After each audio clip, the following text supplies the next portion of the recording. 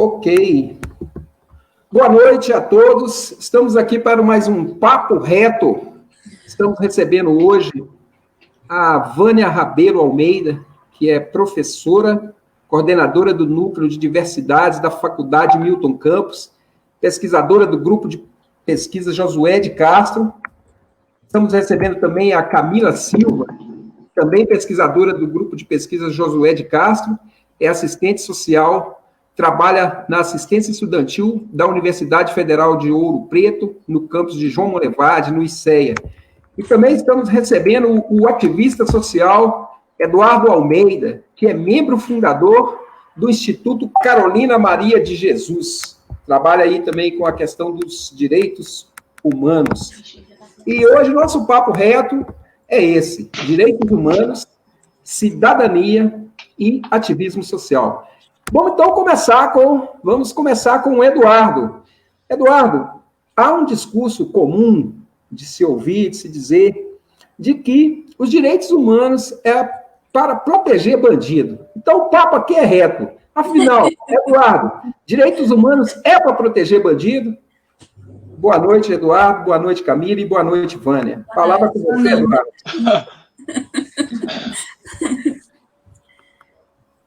Boa noite a todos. Hoje ficou muito esse discurso mesmo, né, de que direitos humanos é para defender bandido. Mas isso não existe, nunca existiu, né? O bandido, na verdade, ele é aquele que agride todo dia a mulher dentro da sua casa, que, por sua vez, não tem ali uma assistência, não dá uma assistência ao hospital, não cuida, ou não tem nenhum plano de saúde programada para moradores de rua, que não cuida e não dá nenhum incentivo às pessoas das periferias que sofrem todo dia algum tipo de ameaça, algum tipo de racismo, entendeu? Quando a gente fala, essas pessoas falam que os direitos humanos defendem bandidos, na verdade, quem fala isso nunca sofreu na pele, não sabe o que é, não tem como saber o que a gente já sofreu, entendeu, Eliseu? Sim. Então é muito fácil para uma pessoa falar isso. Por que elas falam isso? Porque elas entendem que direitos humanos é o quê? É aquele cara que está privado, que está no sistema prisional e que recebe auxílio reclusão. Ela só entende isso. E não é isso, entendeu? Não é isso. Nunca foi isso. Sim. Então, quer dizer, Eduardo, que tem uma outra situação aí, né, nessa condição do cidadão, né, da cidadania. E aproveitando isso, pensando em cidadania, quero ouvir da Camila. Camila, boa noite. Você trabalha exatamente com a discussão da cidadania, né? Fala um pouco para a gente do seu trabalho, como que funciona essa discussão da cidadania no seu trabalho. Explicar às pessoas, né, que estão nos assistindo, o que vem a ser esse conceito de cidadania. Cidadania, ele é um conjunto de direitos e deveres, né? E aí a gente tem essa condição do indivíduo no espaço, cumprindo seus direitos, acessando seus direitos, cumprindo seus deveres. E aí na universidade a gente trabalha com esse acesso aos direitos, né?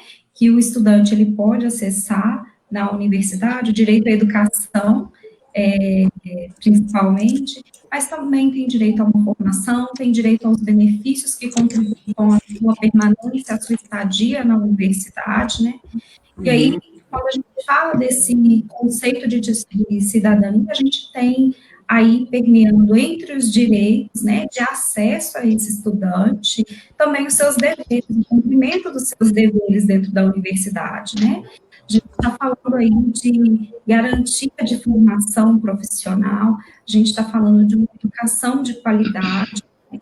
E a gente tem vivido muitos ataques federais, estaduais, com cortes de verbas, e a gente tem também, dentro da assistência estudantil, o direito desse estudante receber em forma de auxílios, em forma de orientação estudantil ali, garantindo um percurso de formação com qualidade, né, assistindo esse estudante nas suas dificuldades, está ali para promover uma educação, ajudar, né, na promoção de uma educação com maior qualidade, e aí a gente tem permeando isso os deveres desse estudante, né? A questão dele cumprir o seu dever de concluir o seu curso, né?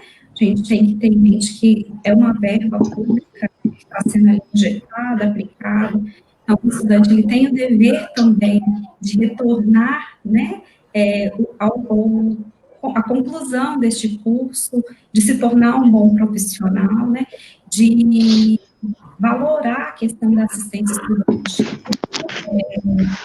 sendo que esse estudante ele deve acessar a assistência estudante com uma consciência de cidadania, de que níveis de burlagem ou outras situações, elas prejudicam outros estudantes que estão ali, né, e aí a gente passa pela equidade, que vai falar da questão do acesso, né, do atendimento ao indivíduo nas suas diferenças, né, e é isso, esse conceito de cidadania é um conceito de direitos, de deveres, acesso aos direitos e cumprimento de seus deveres também. Então, há toda uma implicação do sujeito, né, no caso aí, né, Camila? E aproveitando isso, Vânia, do ponto de vista do direito, né, você falou da questão do direito, né, o Eduardo nos colocou a discussão aí, abriu a discussão aí sobre a questão dos direitos humanos. Conta para nós um pouco da história, da construção desses direitos, né, como que se deu essa história, como a humanidade, vamos dizer assim, chegou a pensar que é necessário termos essa discussão dos direitos humanos. Boa noite, Vânia. Boa noite a todos, né, a todas, né, boa noite a Camila, o Eduardo, agradeço a oportunidade ao Eliseu, boa noite a quem está nos acompanhando, né, sejam todos muito bem-vindos, né, hoje estamos aqui tratando de um tema extremamente relevante, né, o Eduardo já mostrou isso, né, e antes de eu fazer uma abordagem histórica dos direitos humanos, eu me arvoro a falar um pouco sobre essa questão aí que o Eduardo abordou, né? Eu vejo que está muito uma construção, é uma construção cheia de preconceito, né? Preconceito por ignorância de algumas pessoas e má fé de outras, né? E isso é um discurso para uma forma de uma técnica de dominação, de subalternização das pessoas, né? Então, para que se faz isso? Para que ninguém reivindique os seus direitos humanos. Por quê? Porque direitos humanos são direitos inerentes a todas as pessoas humanas, são direitos positivados em normas internacionais de direitos humanos que visam a tutela, o respeito e a promoção da dignidade humana, que é uma qualidade, um atributo de todas as pessoas humanas, né? Os direitos humanos, eles são classificados em direitos civis, políticos, econômicos, sociais e culturais. Então, são direitos à liberdade de expressão, como estamos fazendo aqui agora, né? A liberdade de quem está nos assistindo, a liberdade de ir e vir, que neste momento está um pouco limitada por uma questão muito maior, muito mais ampla, que é a promoção de outro direito humano, que é o direito à saúde, né, o direito à vida. Então, são direitos de todos nós, né? Então, já me encaminhando para a parte histórica, né, essa construção desse preconceito, ela originou-se, podemos dizer assim, ou foi reforçada na época dos governos autoritários, né, na época da ditadura militar, porque um dos direitos mais caros à humanidade, um dos direitos humanos mais caros à humanidade, é o direito de não ser vítima de torturas, maus tratos, tratamentos degradantes, penas desumanas, né? Então, está na Declaração Universal dos Direitos Humanos, no Pacto Internacional dos Direitos Civis e Políticos, está na Convenção Americana sobre Direitos Humanos. Então, há uma construção, né, para que as pessoas não saibam e, por consequência, não reivindiquem os seus direitos, né?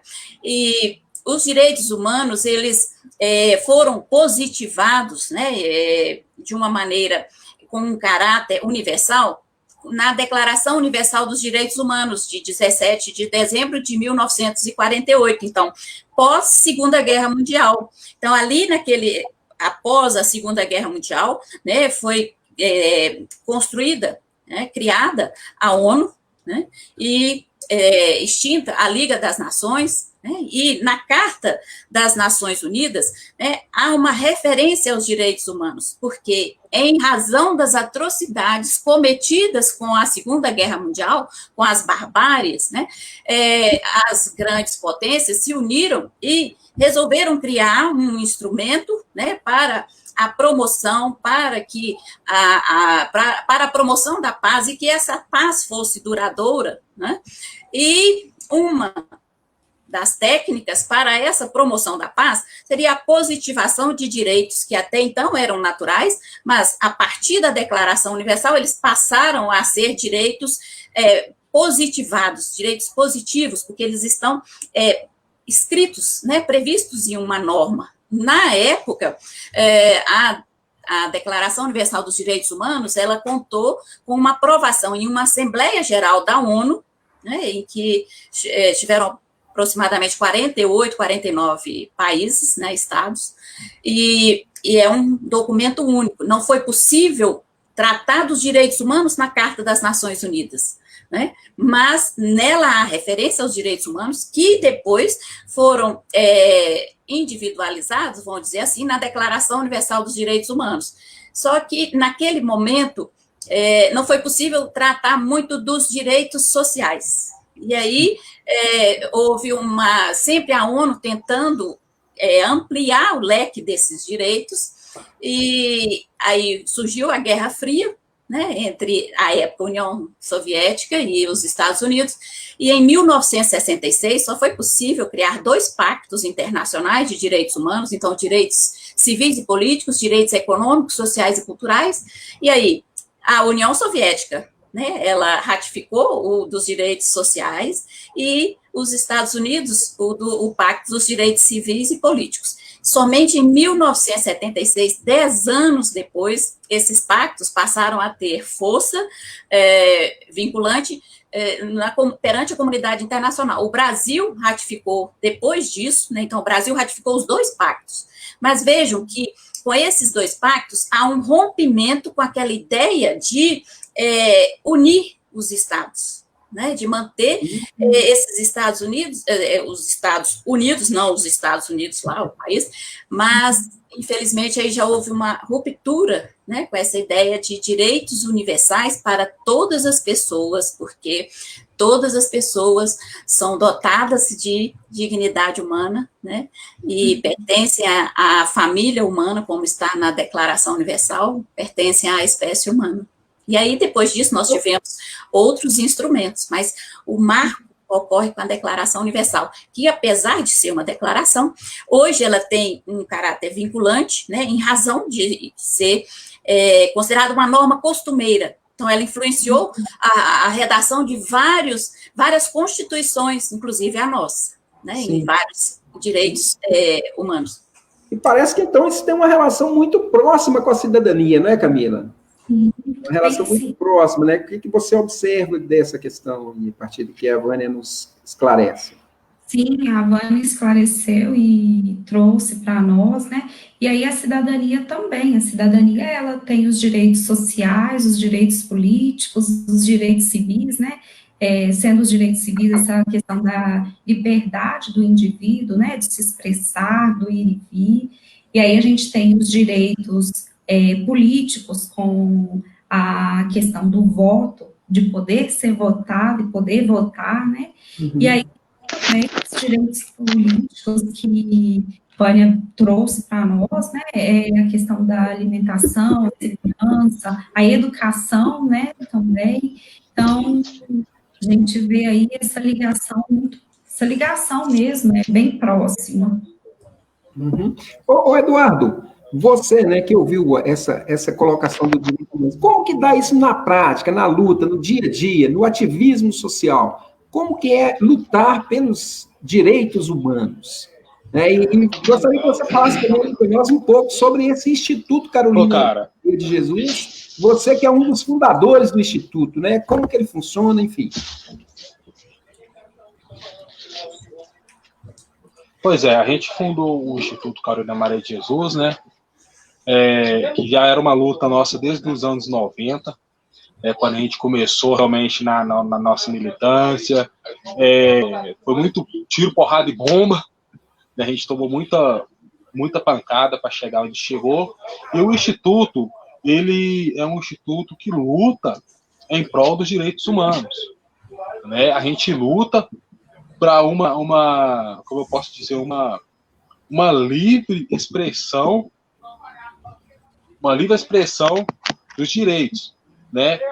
O nosso instituto, ele não defende bandido, ele defende que é realmente direito. Você cometeu um crime, certo, você vai pagar por ele perante a justiça, correto? Mas não quer dizer que se você está preso, você tem que ficar com fome, que você tem que passar mal no imposto e tal, como aconteceu recentemente em um presídio aqui de BH. Um preso lá estava com coronavírus, foi diagnosticado com coronavírus, e ele não teve nenhum tipo de assistência, certo? E aí a gente vai, corre atrás, busca essa ajuda, e a galera vem batendo em cima, falando, não, mas vocês estão lá defendendo o cara. Não é assim. Nós estamos dando ele o direito constituído, porque ele está recluso, mas ele tem todos os direitos que nós, cidadãos, temos. Ele tem direito à saúde, tem direito à higiene, tem direito a tudo, entendeu? O nosso trabalho no Instituto é esse, apoiar, ajudar aquela mulher que é espancada diariamente pelo seu marido, entendeu? É trabalhar com os moradores de rua, que muita gente não sabe, mas às vezes a pessoa vê um morador de rua, um sujeito ali na condição de rua, acha que ele é um alcoólatra, que ele é um drogado, mas não é. Às vezes ele veio, exemplo, de Molevade para BH, para arrumar um emprego e por algum motivo não deu certo, e ele só não teve outra opção a não ser que viver na rua.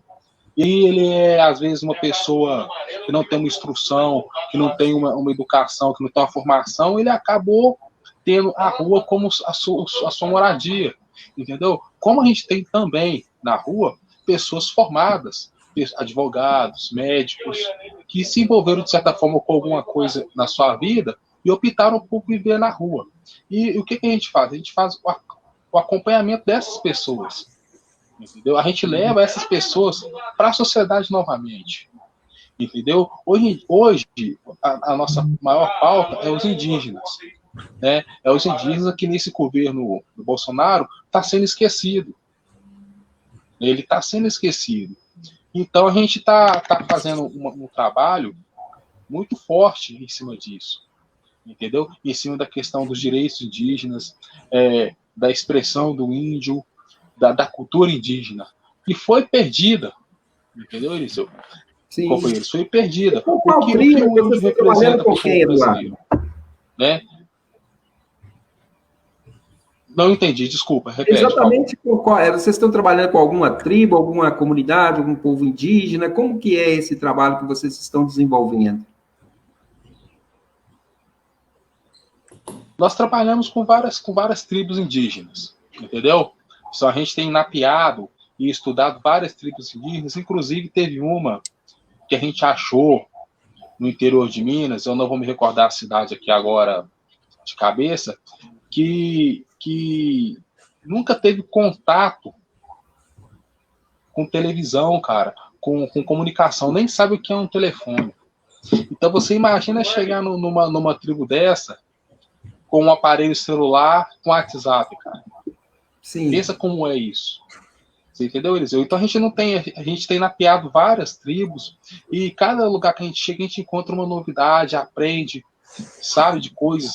Existe um alto índice enorme de gravidez precoce nessas tribos, entendeu? Que é uma coisa que precisa ser trabalhada, entendeu? Urgentemente isso. E o Instituto Carolina Maria de Jesus, ele foi fundado com esse intuito, de trabalhar, de lutar em prol dos direitos humanos. Quem conhece a história da Carolina, eu não vou me estender muito aqui na história dela, porque é uma história muito... Eduardo, muito eu gostaria interessante. que você, Eduardo, eu gostaria que você falasse para nós numa próxima rodada sobre a Carolina. Guarda isso aí um pouquinho, que essa é uma pergunta que eu vou fazer para você. Não, tranquilo, tranquilo. Senão você me tira aí a pergunta que eu falo aqui na mão de não, tranquilo. Surpresa, mas Vânia, sim, desculpa.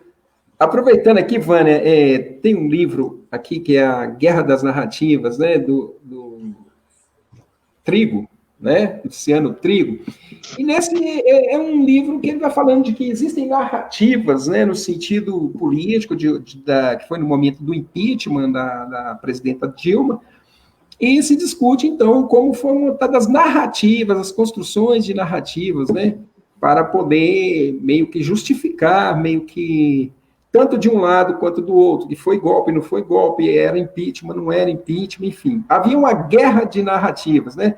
Parece que, inclusive, uma das que eu me recordo, uma das narrativas que foi construída até pelo senador mineiro, o senador que foi nosso governador, né, o Anastasia, que ele diz o seguinte, o impeachment é um processo político-jurídico. Então, isso deu argumentação porque não estava se sabendo o que fazer ali. A impressão que me deu é isso. O Zé Eduardo Cardoso fazia uma defesa assim, memorável, no meu entendimento, né? Não sou da área do direito. Então, eu gostaria de retomar essa discussão, que eu acho que o Eduardo aponta bem para nós aí. Como que é essa guerra das narrativas em torno dos direitos humanos, né? Essa construção, como que você vê essa condição? Né? Você que é um especialista nessa área dos direitos. Sou não. Bom, os direitos humanos, eles foram criados para defender os vulneráveis, as pessoas vulneráveis, principalmente contra o poder hegemônico. Né? Então, com a criação dos direitos humanos, também foi criada uma jurisdição internacional, né, para proteger a pessoa humana, porque com a Segunda Guerra Mundial chegou-se à conclusão que o Estado Nacional não foi competente, não foi capaz, não foi suficientemente hábil para proteger as pessoas humanas. Então, é reconhecida essa vulnerabilidade e os direitos humanos, eles, quando violados, né, ou negados, ou há uma ameaça, né, de violação, eles podem ser tutelados perante o Poder Judiciário interno. Né? E, se ainda assim não for reparada, né, ou obstada essa violação, a pessoa tem acesso às cortes internacionais de direitos humanos. Então, é tudo muito visando, né, essa proteção, né, porque os direitos humanos, eles visam, além de promover, de tutelar a dignidade humana, visam também proteger os vulneráveis, né, contra o poder hegemônico, contra os detentores, né, do poder, contra os estados autoritários, né, também visam promover as liberdades, a igualdade, a segurança, né, hoje se trabalha muito com essa ideia de segurança individual e social, né, então essas narrativas, elas são construídas para manter, né, as pessoas alienadas, né, sem conhecimento dos seus direitos, né, são criadas ideias para essa alienação, né, que é uma forma de dominação. Então, nós um sistema, estamos inseridos em um sistema que tem como estrutura, né, a desigualdade, a subalternização de povos, né, de pessoas, olhem os povos indígenas, porque tanta tentativa, e tanta não é só tentativa, é eliminação dos povos indígenas. Né? O que está por trás disso? Né? Tomar posse da terra dos povos indígenas. Né? Existe uma norma da OIT que trata dos direitos humanos dos povos indígenas, que é a Convenção 69, que ela fala, inclusive, que quando for fazer alguma exploração inevitável nas terras dos povos indígenas, né, eles precisam ser consultados, concordarem com vamos dizer assim, essa exploração, serem titulares dos recursos obtidos ali, se não tiver outro jeito, né? E o que nós estamos vendo na atualidade, né? Um governo ultraliberal, né?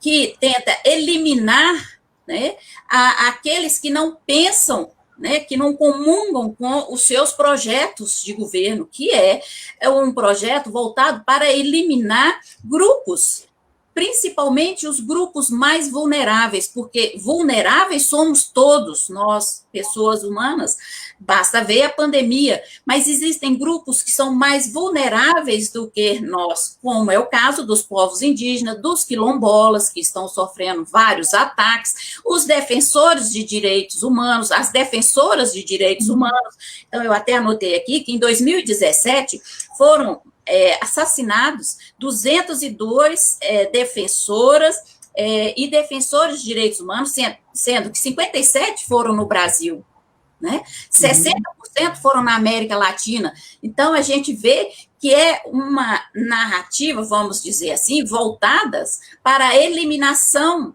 dos povos mais vulneráveis, com vistas à apropriação das suas terras, dos seus territórios, né? Então, essa questão aí política também, né, é política, né? O próprio senador falou que era político, né? Então, ali a gente pode ver, né, e hoje já existem muita comprovação no sentido que não houve, né, não foi cometido nenhum crime de responsabilidade. Então, por isso que se fala que foi um golpe, né? Um golpe contra a democracia é um golpe contra os direitos humanos, porque os direitos políticos são direitos humanos. Então, foi um golpe contra o povo brasileiro, né? E, por sua vez, né,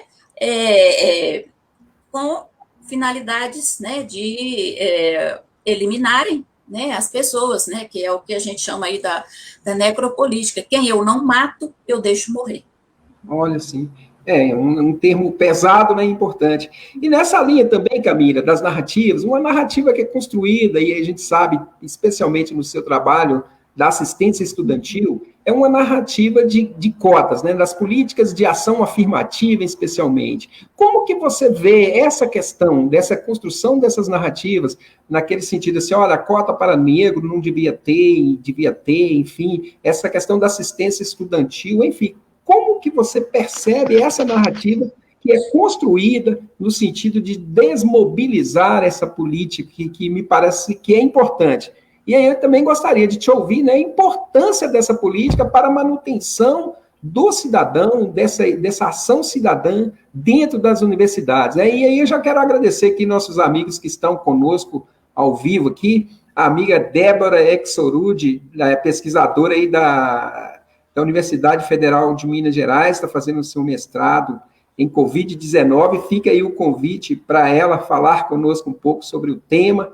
E Paulo Roberto, que falou um pouco sobre essa questão do Papo Reto aqui, que esteve conosco também, falando dessa questão do racismo, enfim. A Lia, que está falando também conosco de longe, né? Lá da terra do Ciro Gomes, enfim, está aí conosco. O Marcelo Luciano Vieira, do Rio de Janeiro, está aqui conosco também, enfim. Thaís Fonseca, enfim, todos os que estão participando, se quiserem deixar alguma pergunta, se quiserem fazer alguma intervenção, para os nossos convidados, está à vontade. Mas aí, Camila, queria te ouvir um pouco nisso, né? A narrativa que se tem em torno da política de assistência estudantil, especialmente a política de cotas, e como que é essa posição dentro do seu trabalho? Então, eu vou reafirmar esse direito, iniciar reafirmando o direito à educação, né, positivado na Constituição Federal. Ele é um dos direitos sociais, né, que o indivíduo ele tem o direito ao acesso à educação. E aí, quando a gente fala desse direito positivado à educação como uma educação universal, a gente tem aí uma educação que, na prática, ela não é tão universal, né? A gente sabe pelos números que a educação, ela está sendo estratificada, ela é estratificada ao longo da nossa história, não é um período atual. Ao longo da história, a gente tem um acesso de uma classe que tem o privilégio de estar dentro das classes, né, especialmente na educação superior. E aí, quando a gente fala de cotas, se tem muitas narrativas sobre as cotas, né? A entrada do negro em educação, a entrada do indígena na educação, seja ela pública, que a gente já tem um número menor, um número maior de evasão, né? De crianças que não concluem o ensino básico, de adolescentes que não concluem o seu ensino básico e médio, a gente tem um índice aí maior.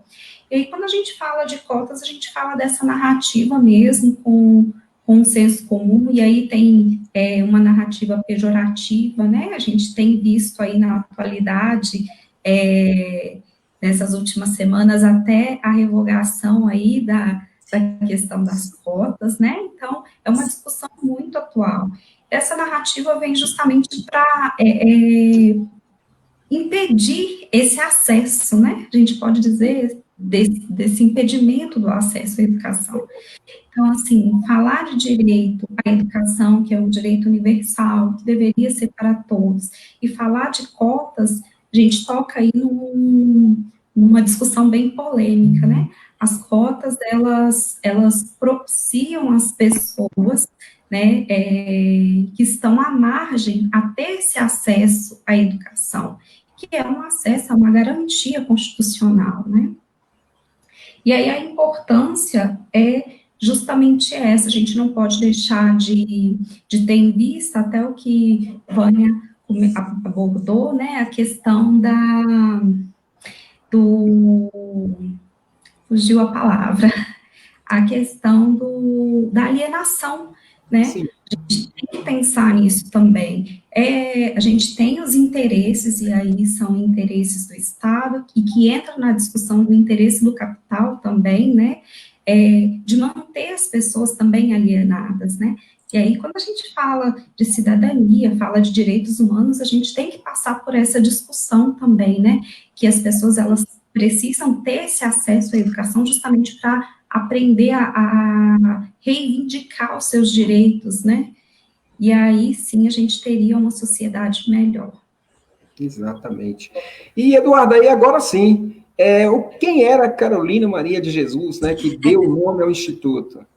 Falar para as pessoas que talvez muitos dos que estão nos ouvindo e que vão nos ver depois, né? Então, Carolina Maria de Jesus, para quem não conhece, ela era uma negra, lógico, que trabalhava na casa de família, de uma família burguesa, e ela teve uma filha e saiu dessa casa e foi morar na favela do Canindé, em São Paulo. E por meados aí dos anos 50, 58, 60, não se tem bem certa essa data, ela escrevia diariamente um livro.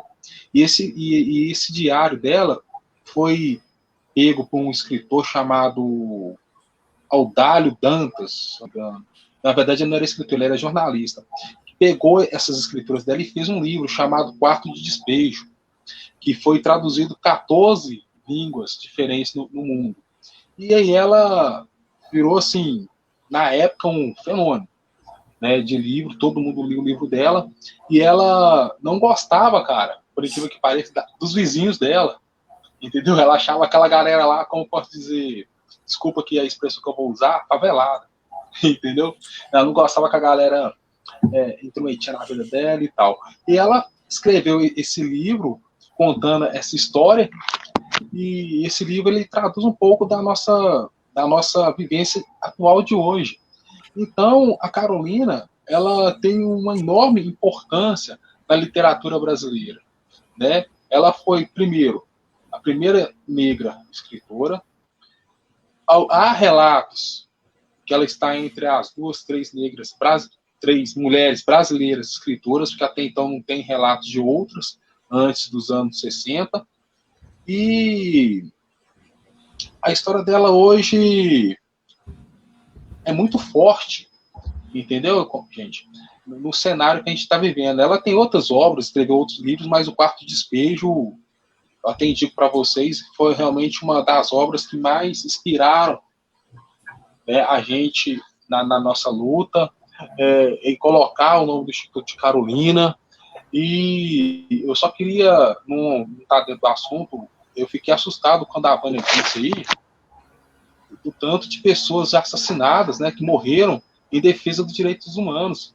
Cara, esses dados eu não sabia. Então, e agora que eu fiquei sabendo, mais medo me dá, porque a gente está, como eu posso dizer, jogado às traças, sem proteção nenhuma, né? Com um governo que não quer, que lavou as mãos diante de tudo que está acontecendo, e me faz uma sensação de lutar ainda mais com o Instituto, de levar o Instituto mais longe ainda, para que a gente oriente as pessoas e conscientize as pessoas que a nossa luta por direitos humanos tem que ser, sim, forte, gradativa, e não pode cessar, porque nós estamos sendo exterminados, né? Porque a gente luta por um direito que é dado por nós constitucionalmente. E, Vânia, eu não tenho muito, não sei falar muito bonito, não tenho muito esses conhecimentos históricos, mas gostei de saber da origem dos direitos humanos. Realmente eu não tinha lido a respeito disso ainda. E, Eliseu, é isso, a Carolina foi essa pessoa e não tem muito o que falar dela, porque sim, ela não é uma pessoa que está muito na mídia.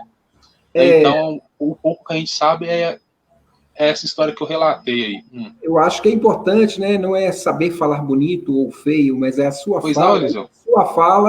A sua fala, eu acho que a sua ação, né, enquanto defensor dos direitos humanos, e aí eu acho que o que você fala aí com um depoimento para nós, de revelar isso aí, é que sim, a sua vida está exposta nisso, e por um outro lado, você nos dizer que, independente disso, você está na luta. Eu te conheço há muito tempo, sei da sua forma de lutar, sei da sua batalha, né, e quero te parabenizar por isso, e a ideia desse espaço é isso mesmo, é que a gente crie um papo reto, uma relação entre Estado, sociedade, universidade e a população. Então, é abrir um espaço para que a ciência possa conversar com as pessoas, né? E as pessoas possam trazer essas questões que eu acho que você expõe para nós, assim, de forma escancarada nesse momento, né? Eu acho que isso é muito importante.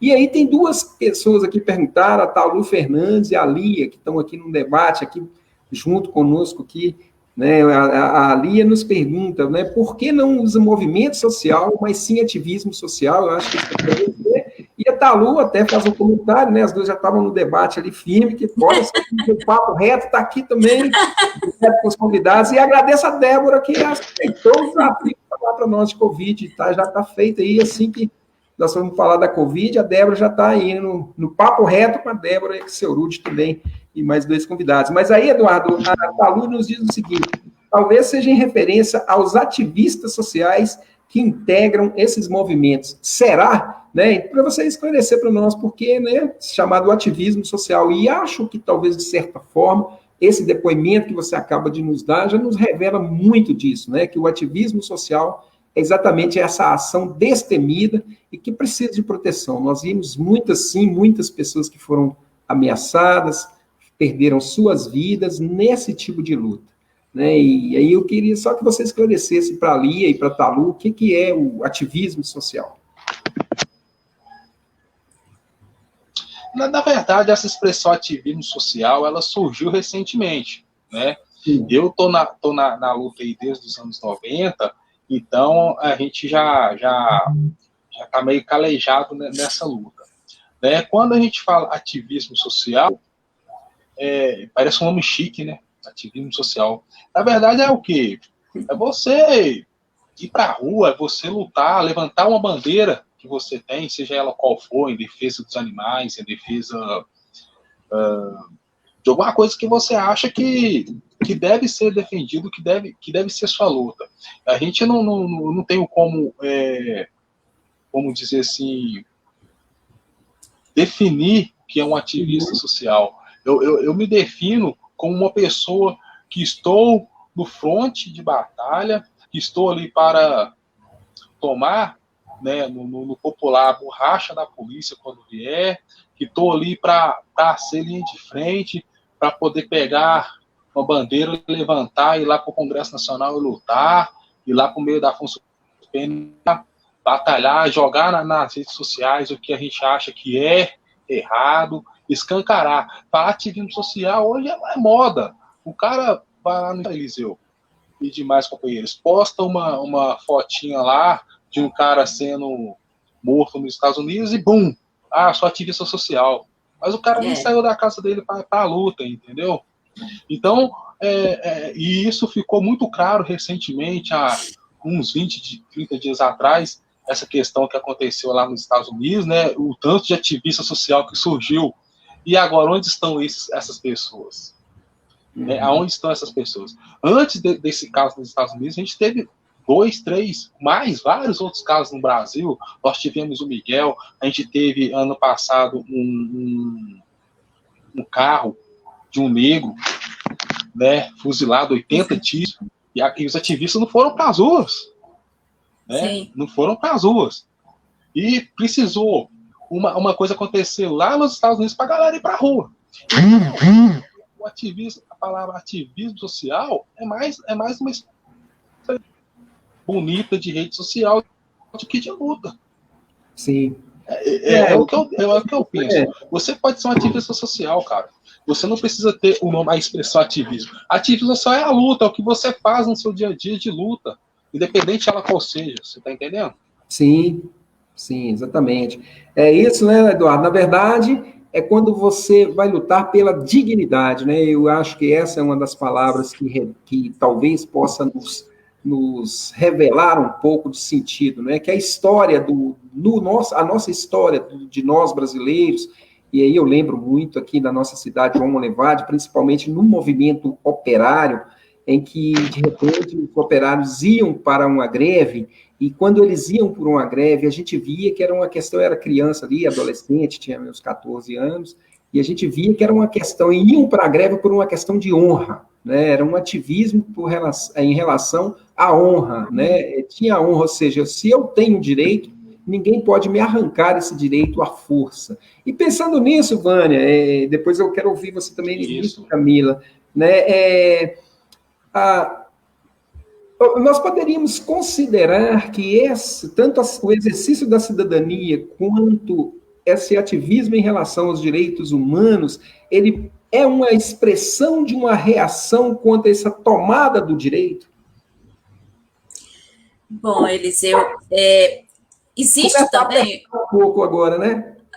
Não, eu prefiro falar em direitos humanos, não como direito de uma maneira ampla, né? Mas existe um preconceito até mesmo contra a expressão ativista de direitos humanos, né? Então, há uma construção de uma narrativa que se trata de um vagabundo, né? Então, veja o caso da Marielle Franco, né? Como a forma que ela foi eliminada, né? Foi com requintes de crueldade e com um recado, com uma construção de uma narrativa de que 2 tiros na cabeça, né? Eliminaram o rosto dela, né? O velório dela foi com o caixão fechado. Então, isso impediu que as pessoas, os seus familiares, os seus eleitores, os seus amigos, se despedissem dela, né? Que é algo cultural, né? É um direito espiritual pelo menos, né, em razão do nosso costume aqui do Brasil, né, e de outros povos. Então, essas narrativas que vão sendo construídas, né, vamos dizer assim, esses atos simbólicos, né, de transformar, usar o medo como uma política, né, é uma técnica, né, adotada pelo poder hegemônico. Né, o direito pode fazer algo? Sim. Os poderes constituídos aí, o poder judiciário? Sim. As cortes internacionais, os comitês, as comissões de direitos humanos também, eles protegem muitos ativistas de direitos humanos ameaçados, então existem formas de proteção, né?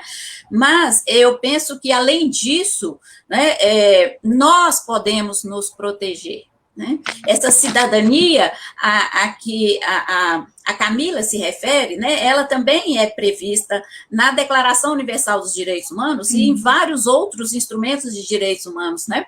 Um dos artigos mais bonitos, vamos dizer assim, mais importantes na minha avaliação, na Declaração Universal dos Direitos Humanos, é o 28º, que ele fala que cada pessoa tem deveres para com a coletividade, né?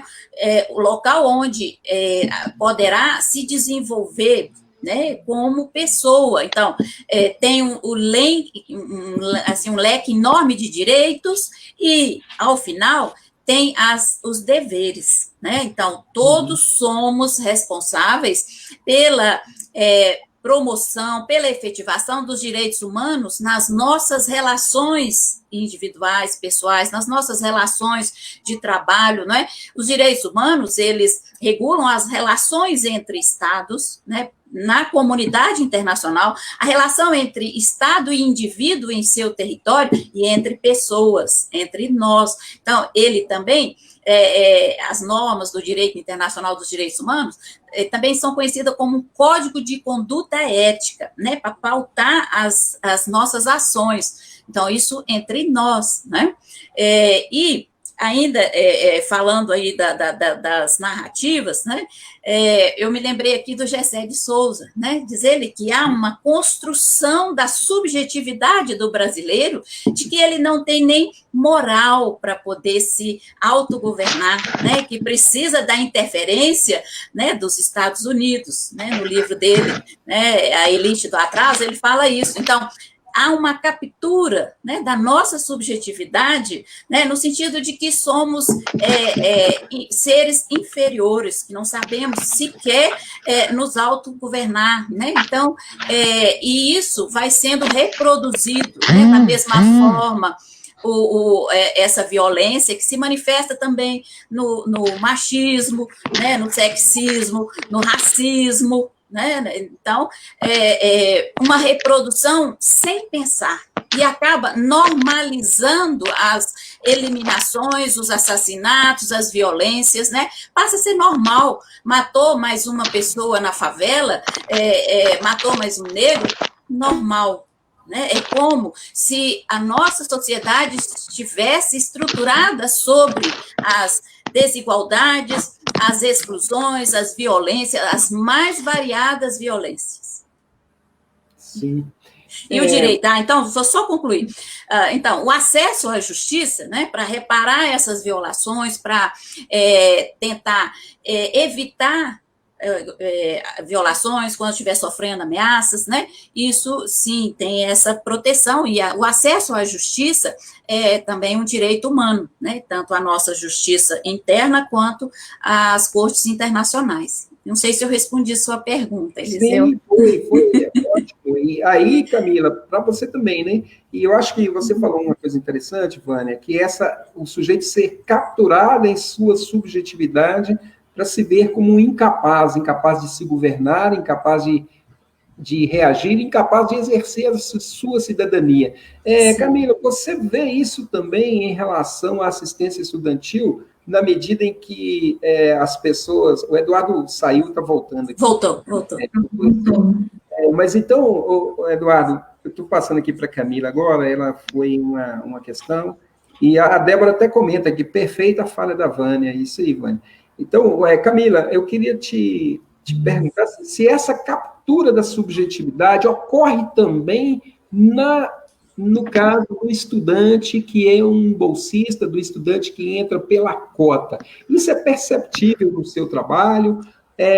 E nessa perspectiva, se é perceptível, essa ideia que você tem reafirmado aí de ter importância de se discutir a questão da cidadania com estes estudantes, né? Ou seja, de que eles vejam que aquilo é um direito deles, mas que esse direito também implica numa ação da sociedade para que essa garantia seja da bolsa, da sua condição de estudante, que ela tenha um sucesso acadêmico, vamos assim chamar, ela ocorra. Como que você vê? Esse estudante também é capturado aí nessa perspectiva que a Vânia fala? Sim, sim. Acho que a fala da Vânia foi, concordo com a Débora, foi uma fala, assim, perfeita, né? A gente tem que ver a questão dos direitos humanos e também da cidadania. E aí, quando a gente fala dessa captura, né, do sujeito, a gente fala também que ele entra muitas vezes por um sistema de cotas, mas ele também nem se reconhece naquela entrada, né? Ele nem reconhece. Ele acessa, mas ele também não se reconhece. E aí a gente vê a importância dessa luta, dessa militância, para também continuar garantindo esses acessos, esses direitos, né? Então, aí, voltando um pouquinho, falando dessa importância da luta social, dos movimentos para garantia de direitos, né? A importância que isso tem. E aí eu vou falar também do normalizar o que não é normalizado, o que não deveria ser normalizado, né? A gente deveria ter igualdades para que todos pudessem acessar sem sistemas de cotas, sem sistemas de diferença econômica, seja ela cota econômica, né? Pela avaliação, pela renda, ou seja ela pela questão racial. Nós deveríamos ter esse desenvolvimento, né, enquanto sociedade, para que não fosse necessário a utilização de cotas para reparações de diferenças sociais que existem, né? E aí, quando a gente... Acho que eu não contemplei sua pergunta, né, Eliseu?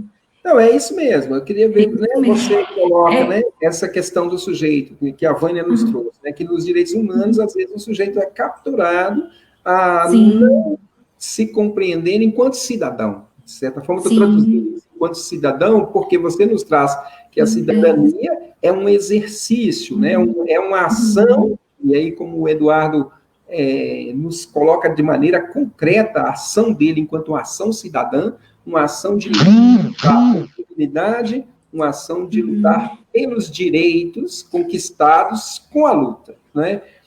Eu falo isso, eu costumo dizer assim, existem pessoas que não deram sequer, não deu um soco, né, para usar o termo do Eduardo aí, não tomou nem pancada, nem borracha, nem nada, não deu um soco e acha que, sim, é cidadão, né, e está ali, e tem posicionamento político, enfim.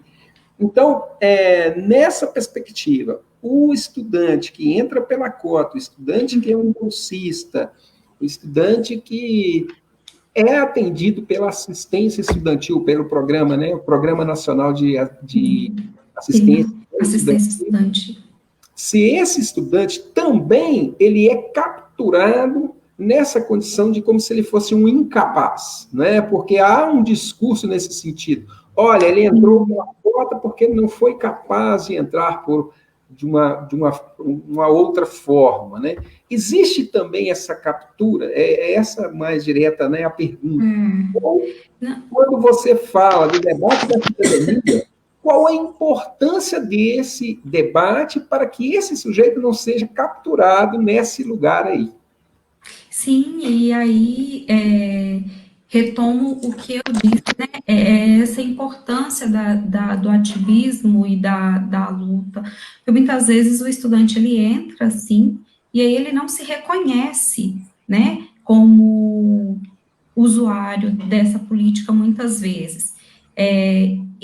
Entretanto, esse estudante, outros estudantes também, eles reconhecem a importância, né, de acessar essa via, de utilizar a assistência estudantil ali para sua permanência, né, e conclusão, para atravessar aí os percalços de diferenças sociais, né, impostos na sociedade, para que ele alcance a conclusão do seu curso.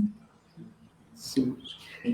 Eduardo, tem uma questão que o Paulo Roberto nos deixou aqui, que ele diz o seguinte: as pessoas não se mobilizam, eu acho que foi logo no momento da sua fala, né, que você estava questionando das mobilizações da sociedade, e ele diz, as pessoas não se mobilizam porque existe uma relação de desigualdade de tipo racial, social, educacional, às vezes monetária, ou seja, a democracia não pode ser apenas um discurso, e eu acho que ele fala muito isso, da impressão, porque você fala de uma ação de luta, né?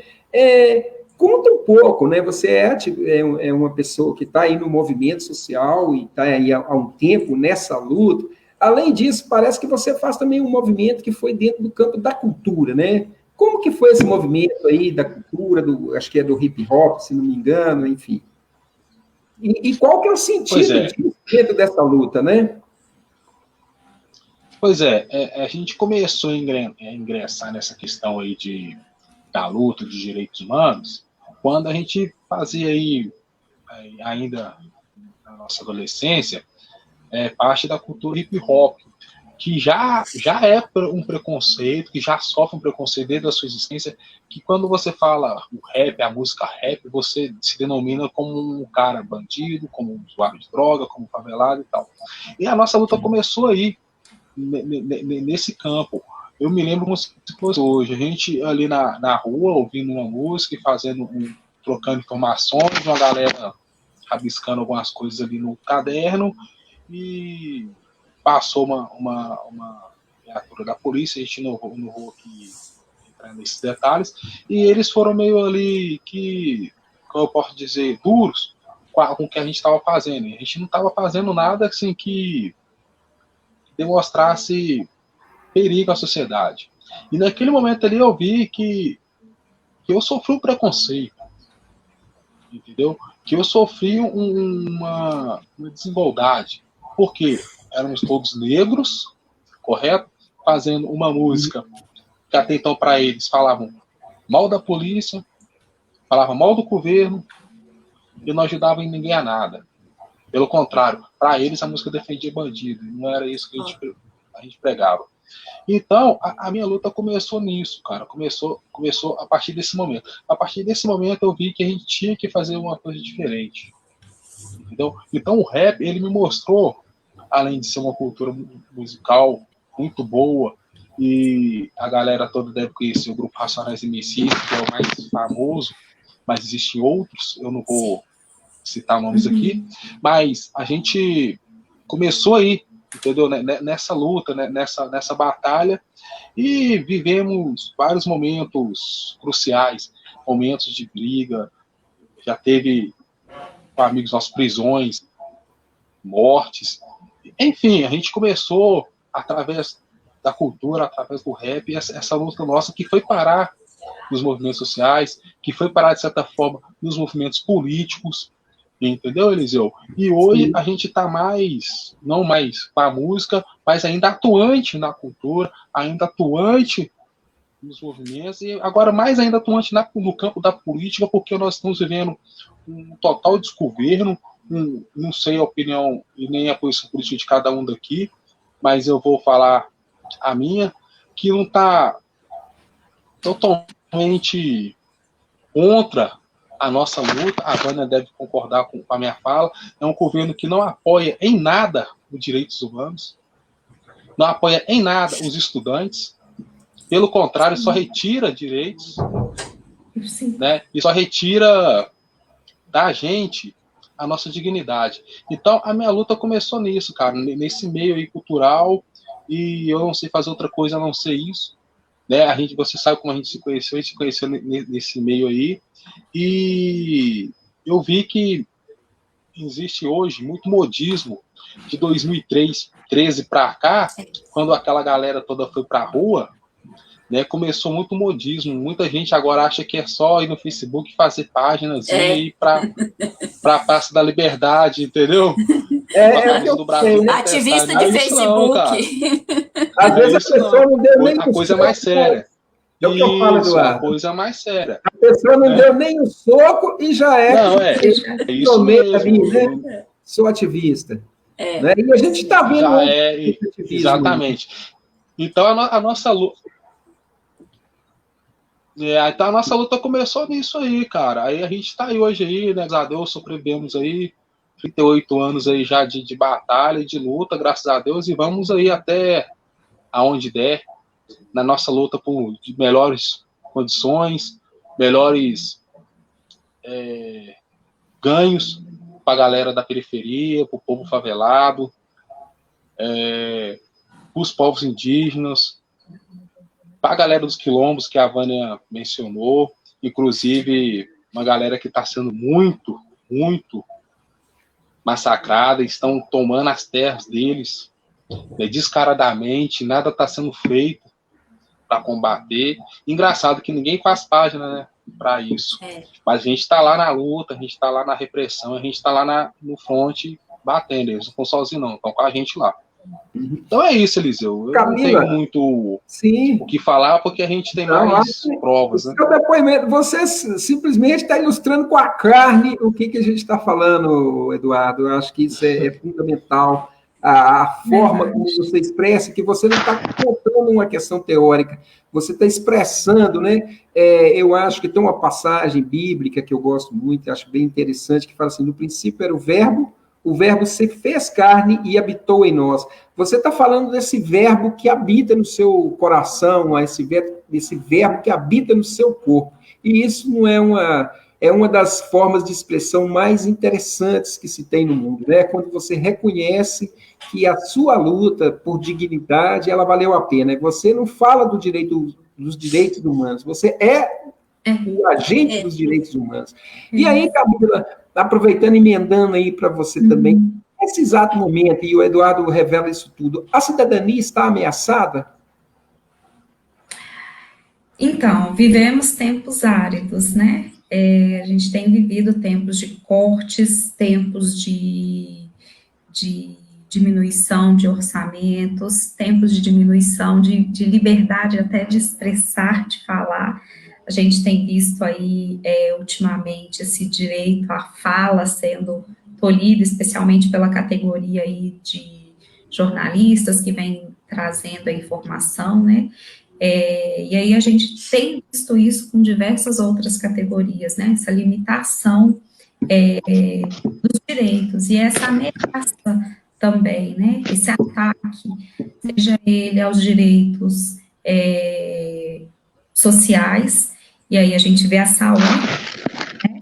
Especialmente nesse momento de dificuldade sanitária que estamos enfrentando, vemos aí os ataques na minha área, que é a educação, ataques diários, né? Seja ele com os cortes, seja esse ataque na questão da formação, e aí eu vou falar o que eu disse no início, da importância da formação cidadã para além da formação profissional. Muitas vezes a gente tem aí nas universidades um movimento para trazer essa formação de cidadania, né, a importância disso, e aí a gente vê também, por outro lado, o capital colocando aí a importância só da formação técnica, da formação profissional, formação de mão de obra mesmo. Então, assim, a gente tem vivido esses tempos áridos, tempos difíceis, e aí o Eduardo vem representando isso, né, a importância da luta, a importância de ir para a luta e, com as palavras dele, né, tomar borrachada, essa borracha bomba. Porrada, tira e bomba. Porrada, tira e bomba, isso mesmo. Então, esse ir para a luta, se mostrar a luta, né, e acho que é isso. A gente tem vivido esses tempos difíceis, essa violação explícita, escancarada dos direitos, né. Sim, e a Débora nos diz assim, as lutas sociais impulsionam mudanças sociais e enfraquecem organizações da sociedade civil em favor, que lutam em favor do status quo, que eu entendi na fala dela assim. E aí, Vânia, pensando nessa fala, os direitos humanos que tão constantemente são atacados, e parece que, pelo que nós podemos tirar aqui de conclusão, os direitos humanos são os direitos, na verdade, é a luta pela vida e pela dignidade, né? Pensando nas duas falas, a sua e do Eduardo, né? É quando você luta pela sua vida, ou pela vida como um bem maior, e quando você luta pela dignidade, ou seja, uma vida digna. Talvez seja essa a síntese. Hoje, no exato momento, no Brasil, os direitos humanos estão sendo mais ameaçados, e olha que nós podemos dizer que nós não estamos naquele momento tão duro, vamos dizer assim, né, que foi momentos que o país viveu sem as liberdades de expressão, numa ditadura mais diretamente ou mais abertamente. Eu penso que as violações só mudam de foco, né? Hoje nós temos violações à saúde, né, à vida, né? A forma de violar os direitos humanos que vai mudando, né? Ou Sim. vai se repetindo, mas formas diferentes.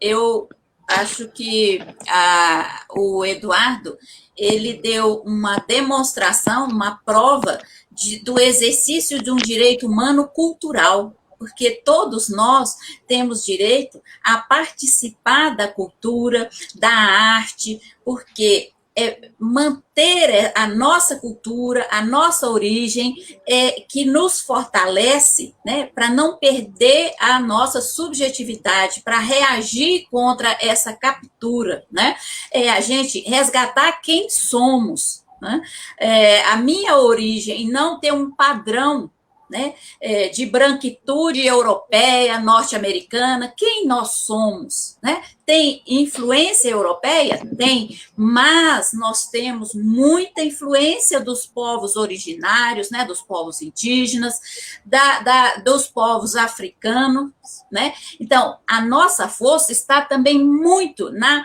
preservação da nossa cultura, no resgate dos nossos costumes, na reconstrução da história indígena afro-brasileira, sabe? Eu penso que se proteger contra esses ataques do sistema ultraliberal, né, desse sistema capitalista, seria uma forma, né? A outra é a solidariedade, né? Que os direitos humanos, nas normas internacionais, há previsões expressas de cooperação, de solidariedade entre estados, entre povos, entre pessoas. Então, eu penso que neste momento de grande ataque, né, às pessoas humanas, né, aos seus direitos, é uma forma também de nos proteger. E também, quando a gente fala em dignidade humana, a gente não deveria pensar ou não deve pensar na dignidade, só na minha dignidade humana. É fazer o que o Eduardo está fazendo, é lutar pela dignidade do outro, né? Uma dignidade numa perspectiva comunitária, né? Eu preciso de ter um padrão mínimo de direitos, né, humanos fundamentais para ter uma vida conforme a dignidade, mas como eu me reconheço e construo a minha identidade e constituo a minha subjetividade no outro, então o outro também tem, né, que ter essa mesma proteção, promoção da dignidade humana. Então, eu penso que esse olhar, né, conforme o Eduardo está fazendo, está trazendo a sua experiência, né, o seu saber, a sua arte, é muito importante, né? Dignidade para todos, né?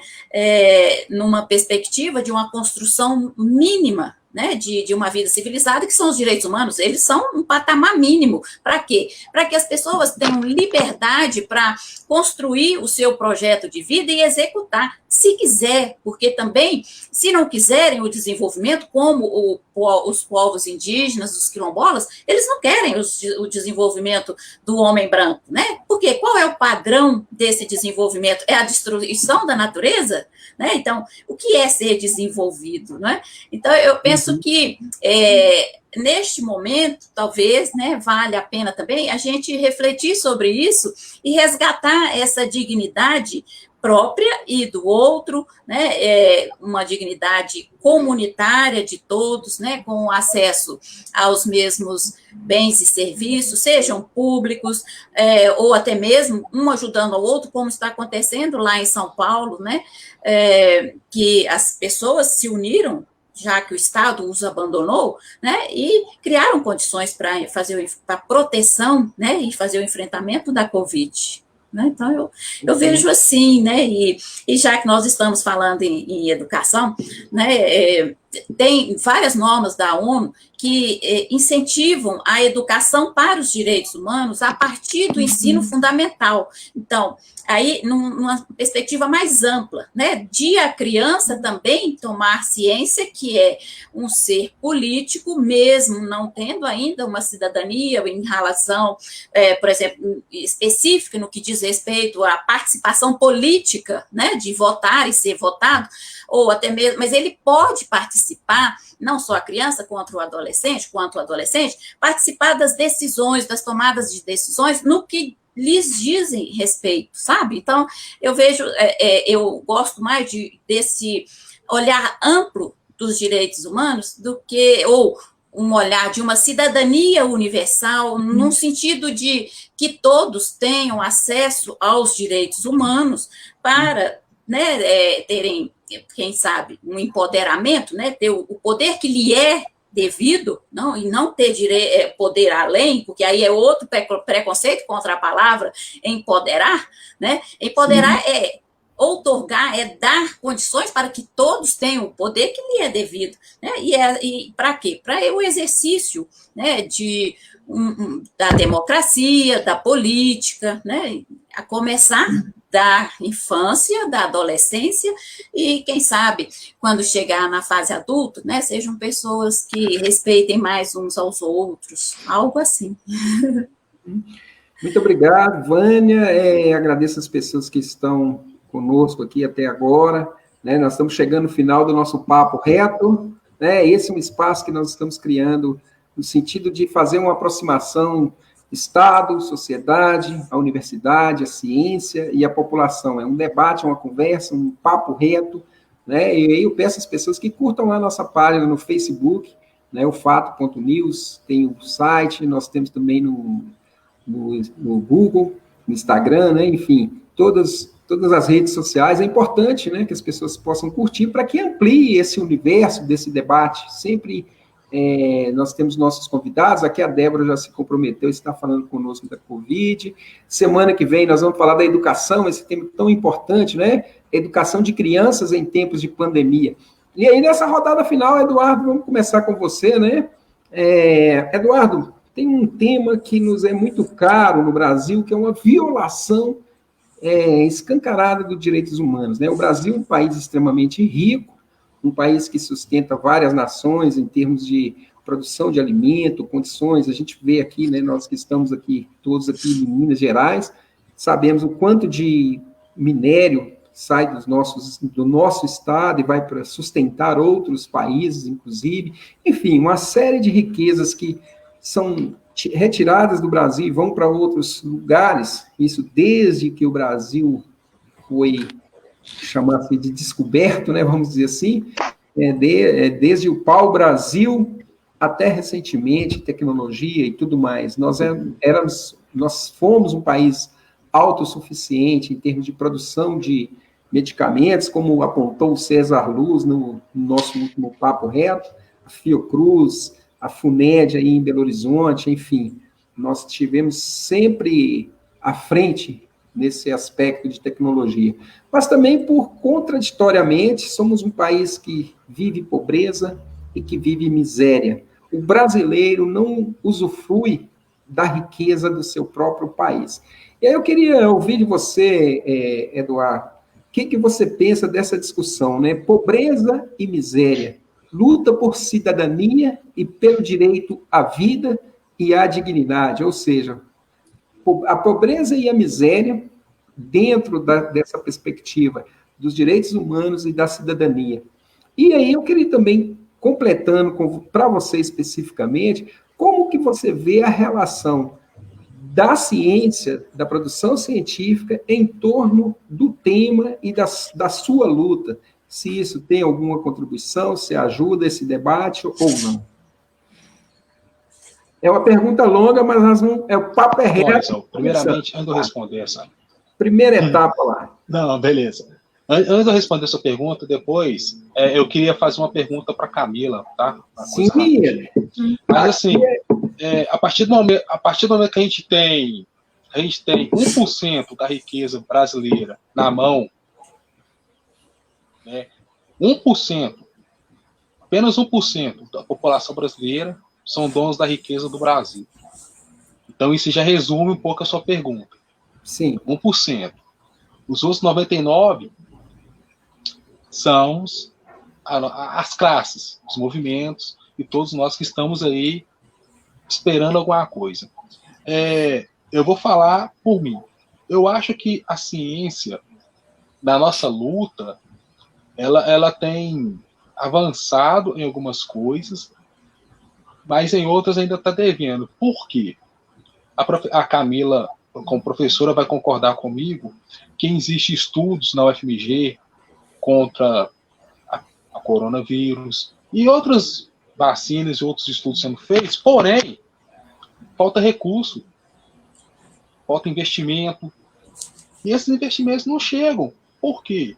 Porque a galera que tem que investir prefere investir na indústria, na produção, porque o Brasil é um país, desde a sua descoberta, industrial, é um país capitalista, prefere investir na indústria, na mão de obra barata, na mão de obra operária barata, do que investir em ciência e tecnologia, entendeu?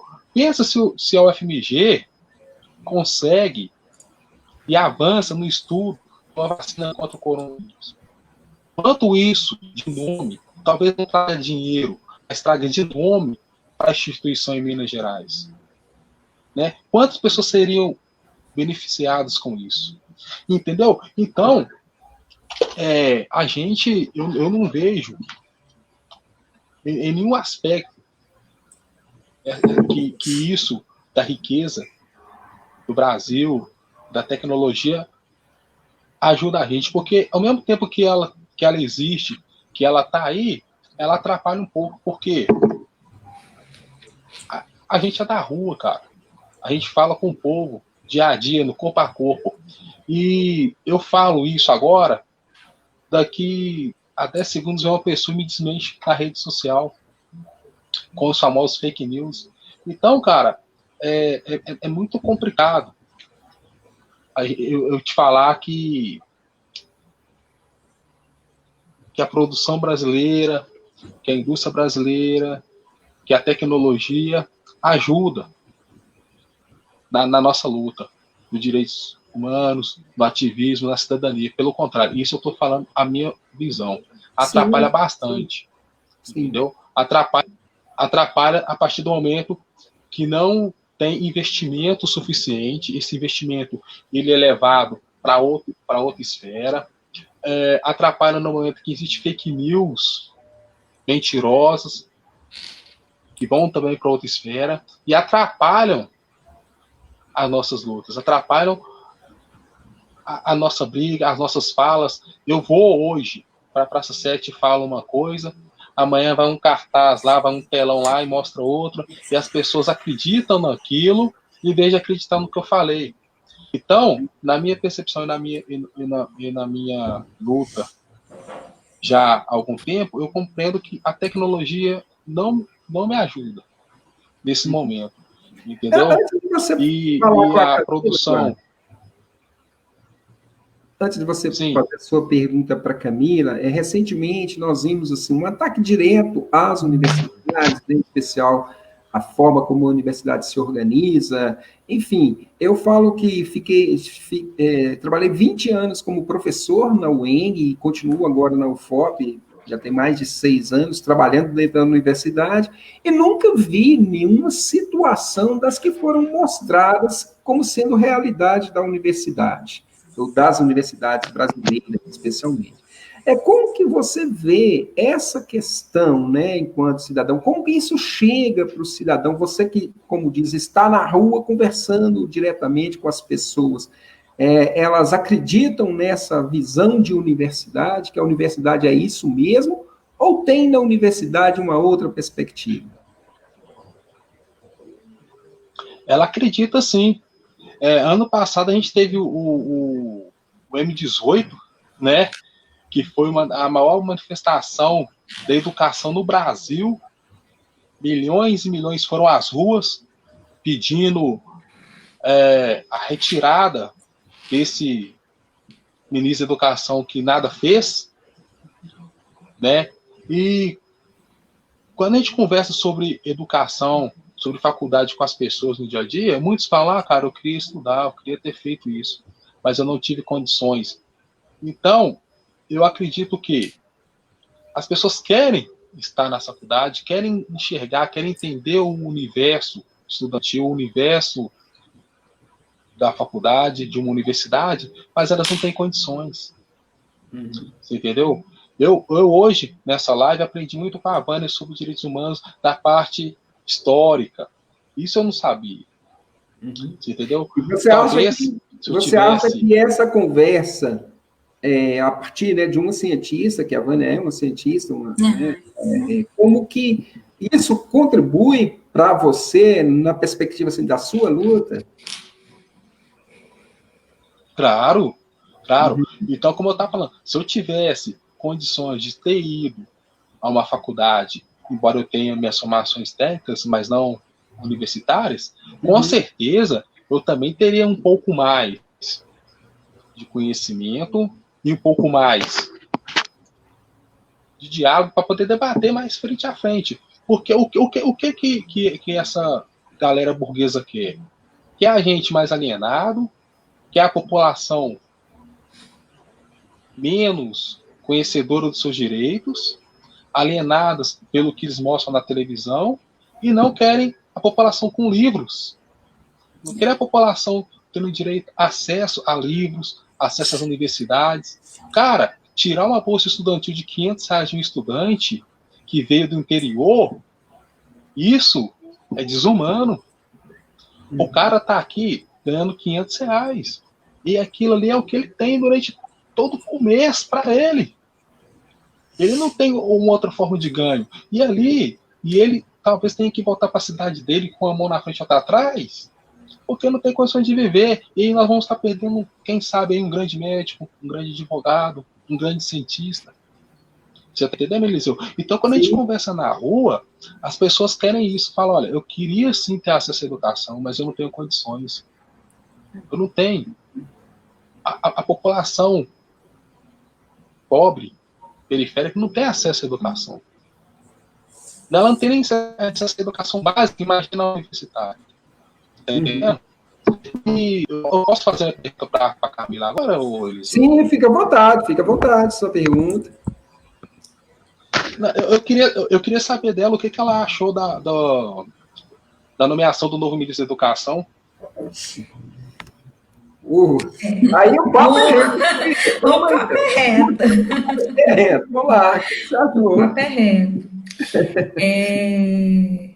Antes de responder o papo reto, a pergunta reta, eu quero voltar na fala do Eduardo, da importância da fala que ele traz, né? Do que ele traz, de que a importância dessa comunicação direta, corpo a corpo, com a comunidade, né? A importância de ouvir e de levar a informação para muitos que talvez não tiveram informação, não têm o conhecimento dos seus direitos. Então, ressaltar essa importância, né? O quanto isso é importante, para além do saber universitário, esse saber, esse conhecer a luta, esse estar na luta, esse lidar e trazer essas informações, ainda que não a nível superior, ou como ele diz, com uma questão do saber ali formalizado, mas é esse saber informal, que é o saber que faz a diferença também, né? Isso é muito importante. Quando ele fala também da questão dos investimentos, a gente vê aí que a pesquisa tem sofrido aí muitos ataques de cortes orçamentários, estudantes que, para fazer as suas pesquisas, dependiam das suas bolsas, e aí ficaram sem saber como seria, porque ficaram 1 mês, 2 meses com atraso, e aí tiveram um rompimento das suas bolsas de pesquisa, inviabilizando, né, a continuidade, muitas vezes, de algumas pesquisas. A gente viu aí um retrocesso nessa questão da educação, né? Então, assim, a gente tem visto os retrocessos da ciência, né? E aí, com a Covid, a gente viu o quanto a ciência, o quanto fazer ciência, o quanto pesquisar é importante, né? E aí eu acho que isso deu uma forma clara para algumas pessoas que não conheciam essa importância da ciência, mas que agora a gente vê que a gente não tem vacina e que isso vai ser desenvolvido a partir das pesquisas científicas, né? É a ciência mostrando a importância dela. E aí, em torno disso, a gente tem as fake news, que Eduardo comentou também, né? E aí são fake news para todo lado. são fake news em torno da questão política, são fake news em torno dos programas sociais, né? E aí, volto no que o Vânia falou, até mesmo na questão de direitos humanos ali, Eduardo também disse isso no início da sua fala, lá no início do nosso papo reto, da questão até mesmo dos benefícios que os presos recebem, e aí a gente tem uma fake news muito grande, um senso comum em torno disso, né? E isso se espalha nas redes sociais facilmente, falando aí dessas pecúnias recebidas. Então, e aí eu vou chegar aí nessa questão da formação cidadã, né? Não é só por meio formal que a gente adquire isso. E aí ressalto o trabalho, novamente, do Eduardo, desse movimento, desse ativismo, de trazer essa formação, ainda que informal, mas trazer o conhecimento que as pessoas são portadoras de direito, que elas merecem ter acesso àquilo que lhe é garantido por um instrumento constitucional, né? E aí, o novo ministro da Educação, né? Aí ele me colocou na berlinda, né? A gente tem visto aí nesse governo entradas e saídas de ministros, escolhas que aparentemente seriam acertadas e que saíram, um vai e volta a todo tempo, e assim, isso tudo é muito recente, mas a gente vê aí apontamentos de que há medidas que possam ser severas também para a educação, né? Então, a gente tem vivido um tempo de incerteza. E aí, a gente, desse governo desgovernado, a gente não sabe o que está por vir, né? Eu escrevi aí um desabafo sobre esse ano, nas dificuldades desse ano, e eu coloquei isso, assim, que nós temos vivenciado ataques e vivenciado tantas coisas, e entre elas, nesse governo desgovernado, entradas e saídas, que a gente fica realmente ali com uma instabilidade do que até achar. A gente pode pensar e imaginar uma coisa e aí ter uma frustração. A gente não tem certeza de nada nesse momento desse governo, né? Acho que contemplei sua pergunta, né, Eduardo?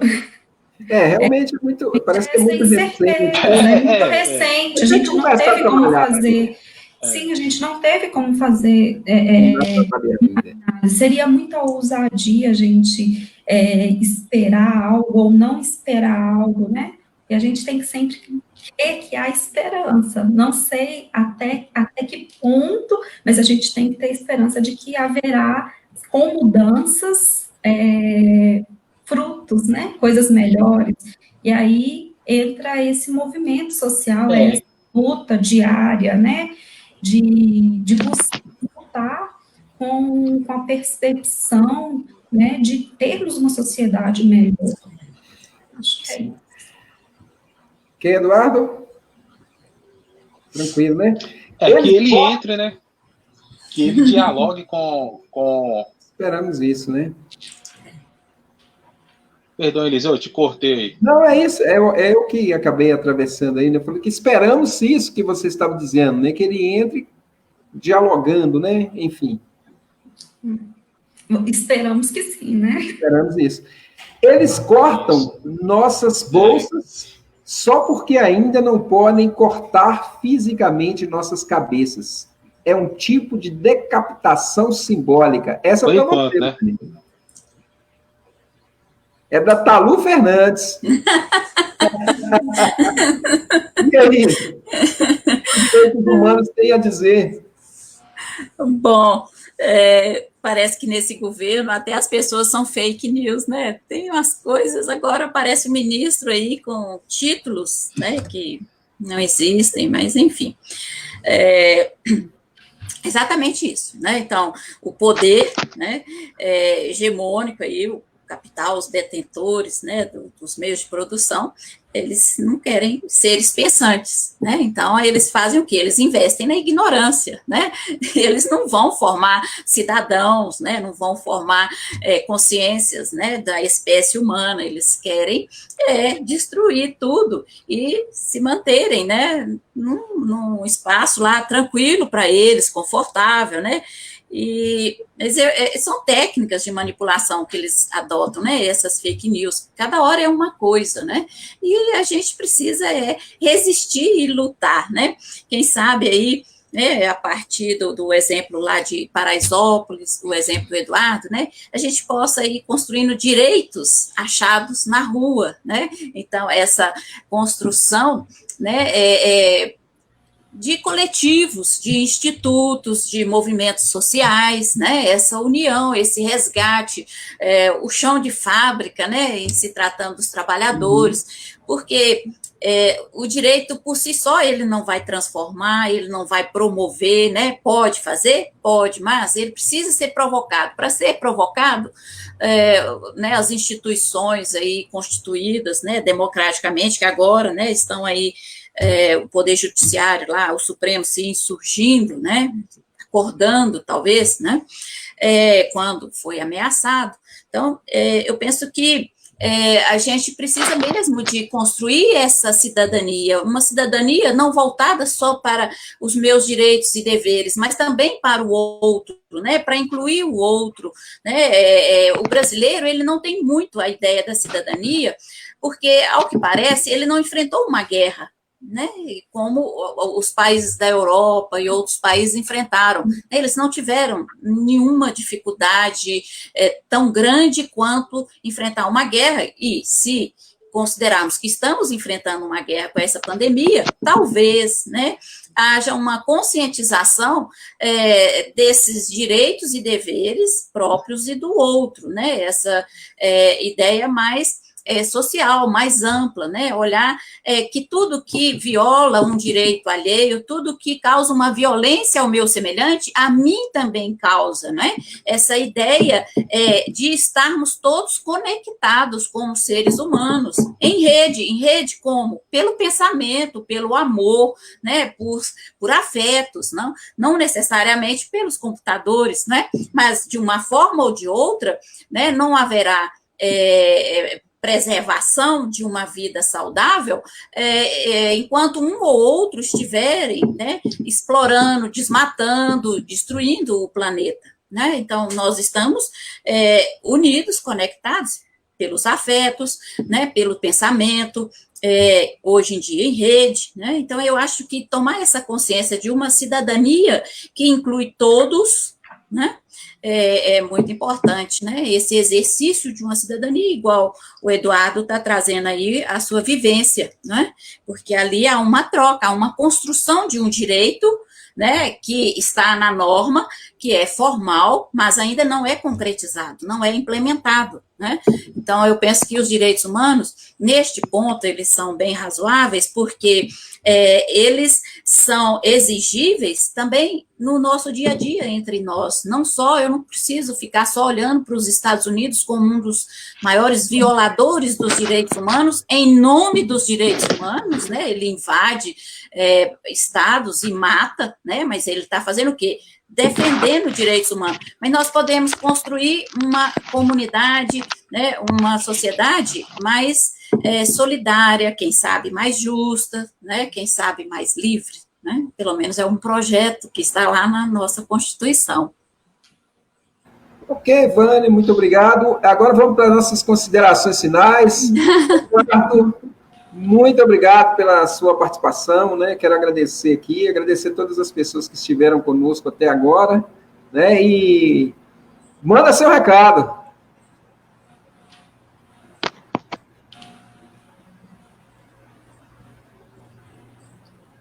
Cara, eu queria agradecer aí a participação, viu, o convite. Aprendi muito aqui hoje com a Vânia, com a Camila. Espero que vocês sigam a página do Instituto, tá, gente? Lá no Instagram, ICMJ Coletivo. Pode procurar lá, siga a nossa página. Eliseu, sempre um prazer falar contigo. Quando precisar, só chamar. E é isso. Eduardo, eu que agradeço, né, a sua participação. Acho que você nos deu hoje uma aula, né? Como eu disse, a sua aula hoje foi com a alma e com o corpo presente. Isso é muito importante. Obviamente que é importante também o processo de toda a sistematização acadêmica, toda a pesquisa acadêmica que nos faz avançar e muito. Mas também é importante esse diálogo, né? Como você bem disse, né? No momento em que você aprende com a Vânia, com certeza, e com a Camila, enfim, eu acho que nesse momento que você aprende, você também nos ensina muito, a todos nós, né? Isso eu acho que é fundamental. E esse que é a proposta, né? É um papo reto, é uma conversa direta e franca, aberta, né? Então, essa é a ideia, né, que a gente tem de estar trazendo para o debate com as pessoas. Camila, muito obrigado, né, pela sua participação. Quero agradecer de coração isso aí. E vamos lá para o seu recado final. Eu que agradeço a oportunidade de estar nesse debate. Eu acho que foi muito, muito importante esse momento de troca, né? Essas trocas fazem a diferença. E então, agradeço, sou grata. Obrigada, Eduardo. Obrigada, Vânia, por me propiciar esse momento de troca, de conhecimento, de aprendizagem, né? E, assim, vamos levantar essa bandeira de luta, essa importância de reafirmar, né, os direitos, os deveres, exercer a nossa cidadania, né, e nos colocarmos aí como portadores desses direitos e também desses deveres, né, lutar por uma sociedade melhor. Okay. Obrigado, Camila. Quando a gente vai conversando aqui no Papo Reto, o tempo passa, já são aqui 8 horas e 36 minutos. Tínhamos previsão de fazer isso com 1 hora, mas não tem jeito, né? O Papo Reto, ele vai envolvendo, vai nos envolvendo, né? E quero agradecer você também, Vânia, pelas suas colocações. Acho que foi realmente, né? Muitos aqui comentaram, parece que suas alunas, talvez, que estão aqui também, né? Muitas pessoas que comentaram. E agradecer a você por essa aula, né, que você nos trouxe hoje, enfim, por nos trazer um pouco sobre esses direitos humanos. E aí eu gostaria também de te ouvir a consideração final sua aí, né? Deixar um grande abraço a todos. E eu que agradeço. Só aproveitando aqui, Vânia, na próxima semana, nesse mesmo horário, 19 horas, no sábado, nós vamos conversar um pouco sobre a educação das crianças nesse momento de pandemia. É um tema que está aí, né, no nosso dia a dia. Eu mesmo acompanho aqui, eu falo que eu estou sendo realfabetizado, que eu tenho assistido às aulas aqui junto com o Bento, e assim, tenho aprendido a ler e escrever, é muito interessante esse processo. Mas, ao mesmo tempo, né, nós vamos conversar sobre isso, tem a questão, né, desse novo modo de ensinar à distância, né, ou por meio das tecnologias de informação e comunicação. Mas aí, Vânia, com você, para encerrar nosso papo reto. Bom, eu agradeço a oportunidade, a companhia, né, da Camila, do Eliseu, do Eduardo, de todos que estão aí nos assistindo. Eu não vejo quem é aqui, ainda não tenho ainda um conhecimento para olhar, mas eu só tenho a agradecer a oportunidade, né, e dizer que não desistam, né, dos direitos humanos, não deixam que teorias dogmáticas, preconceituosas, enfraqueçam os direitos humanos, vão lutar pela efetividade, pela concretização dos direitos humanos, dos direitos fundamentais, de todos os direitos, né, e porque muitas vezes os direitos humanos são o que restam, né, aquela luzinha que está lá no fim do túnel para os povos excluídos da sociedade, para as pessoas subalternizadas, né, que são caladas, que não têm direito de se manifestar. Então, não desistam, né, vamos estudar, lutar pelos direitos, enquanto não tivermos outra forma de convivermos, né, de criarmos relações harmoniosas, lutarmos pela paz, né, mas isso passa também por outros meios, né, então, muito obrigada a todos, um abraço a todos, permaneçam com saúde, né, e em paz. Ok, muito obrigado. Estiveram aqui conosco hoje a Débora Xeurudi, que ficou convocada aí para o próximo Papo Reto na Covid. Thaís Fonseca, Kleber Almeida, Geraldo Magela Ferreira, Heloísa Mesquita, Ellen Razan, Thaís novamente, Paulo Roberto, a Lia, esteve aqui conosco, Lia Maia, o Marcelo Luciano Vieira, a Paula Paula Mota, um abraço, Paula, Maria do Socorro, Ana Lúcia, esteve aqui também. Enfim, muito obrigado a todos, valeu, até no próximo sábado, no Papo Reto, sobre a educação das crianças. Tchau, Camila, tchau, Vânia, obrigado a vocês. Obrigada. Tchau. Até a próxima. Tchau.